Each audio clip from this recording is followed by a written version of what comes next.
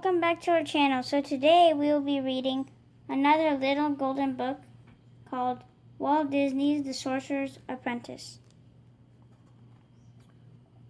Walt Disney's The Sorcerer's Apprentice is adapted by Don Ferguson and is illustrated by Peter Emslie. Long, long ago there lived a powerful sorcerer who had a young apprentice named Mickey. Every day the little apprentice swept the floors, polished the sorcerer's crystal ball, and carried water from the well to the sorcerer's magic pool. Late one afternoon, a bat was fluttering around the sorcerer's head. As Mickey watched, the sorcerer raised his arms and said, "Mutinous." The bat magically turned into a beautiful butterfly. But the trick had tired the old sorcerer. He yawned and put his sorcerer's hat down upon his table. Then he slowly walked up the stone steps to his bedchamber. Mickey was all alone in the sorcerer's workshop. Mickey couldn't take his eyes off the sorcerer's hat.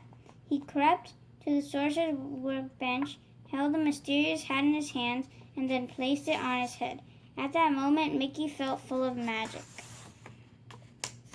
Mickey looked around the workshop. There, against the wall, stood his old broom.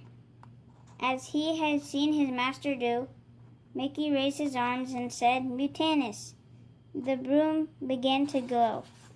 At Mickey's command, the broom handle sprouted arms, and its jaw divided into two legs. But the broom had come to life. But would it obey the commands of the young apprentice? Pick up the buckets," Mickey said. The broom obeyed. Mickey led the broom to the well. "Fill the buckets here," Mickey ordered the broom. Once again, the broom obeyed. Carrying the 2 buckets of water, the broom followed the little apprentice back to the sorcerer's magic pool. "Empty the buckets here," Mickey told the broom. "Then do it all over again." Back and forth went the broom from the well to the pool. Feeling very pleased with himself, Mickey climbed up into the sorcerer's chair to relax while the broom did his work. It wasn't long before the little apprentice was asleep and dreaming. Mickey dreamed that he was the most powerful sorcerer in the universe. At his command, the stars danced and the planets whirled through the sky. Far below the mountaintop, the oceans raged and roared at Mickey's command. Higher and higher the waves crashed until Mickey felt the cold, wet spray of the water. Splash! This was no dream. The magic pool was overflowing. The enchanted broom had done Mickey's work all too well. "Stop!" shouted Mickey. The broom did not stop. It marched right over Mickey, dumped more water into the pool, and went back to the well. "Mutinous!" cried Mickey, but the broom did not obey. It filled its buckets instead. Frantic, Mickey snatched an axe from the wall and waited for the broom to return with its brimming buckets. Then he raised his arms and chop, chop, chop the broom into 1,000 splinters. All was silent for a moment. Suddenly each splinter jumped off the floor, sprouted arms and legs, and became a broom, and each broom carried 2 buckets.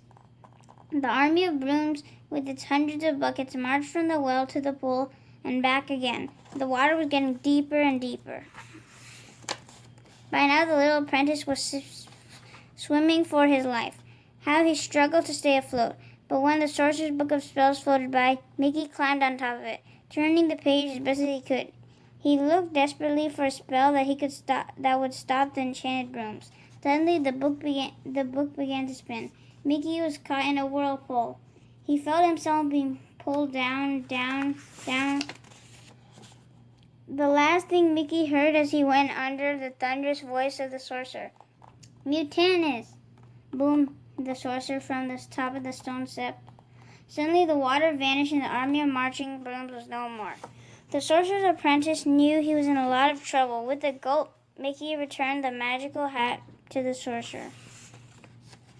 Making a hasty exit, the sorcerer's apprentice felt himself being swished out of the room. "Don't forget your broom," said the sorcerer, and if Mickey had looked, he would have seen the sorcerer smiling. Hope you enjoyed the book read. Stay tuned for the next book read. Take care. Stay safe. Bye. Bye.